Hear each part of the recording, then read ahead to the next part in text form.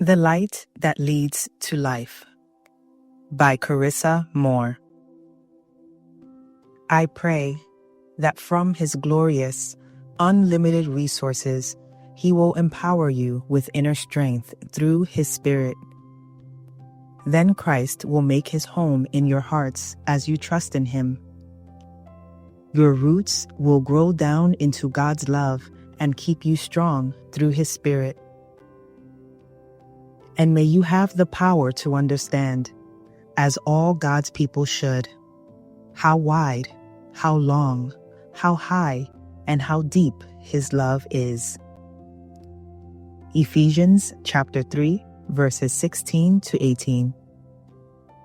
Early, as I grieved, Christmas felt like a list of juxtapositions.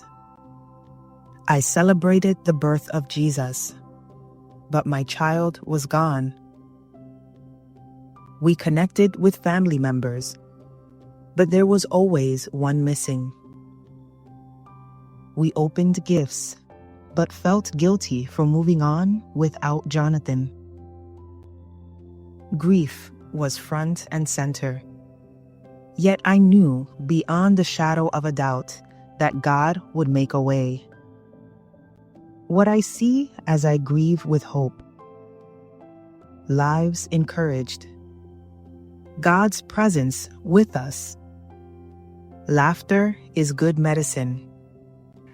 My kids comforted. My family growing. Love poured out to the downcast. Souls saved from despair. Hope shaped my grief into joy. God has shone a light into the darkness of grief by coming into my brokenness through Jesus. And He equipped me to do the same. Jesus spoke to the people once more and said, "I am the light of the world. If you follow me, you won't have to walk in darkness, because you will have the light that leads to life." John chapter 8, verse 12. Out of that light, I found joy was in every crevice of my grief. I created a picture scavenger hunt for my family and friends on the first Christmas without Jonathan. The following year, I set up an I Spy hunt. With each new Christmas, I witnessed the light of God in my sorrow, shared the reason for my hope, and was encouraged. I display Jesus' identity through joy because I have witnessed His light. May that hope and joy now encourage you this Christmas. Christ didn't come when everything was polished in the world. He came in our desperate hour when our losses outweighed our gains and when the boot heel of our enemy was on our throats.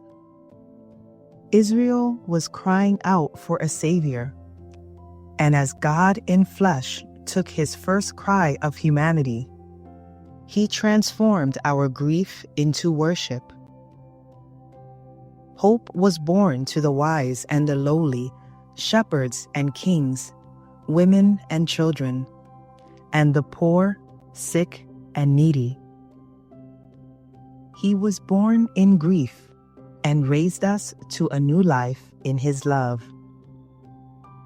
That love enables us to shape grief into a new story where we acknowledge what we've lost and embrace what is gained.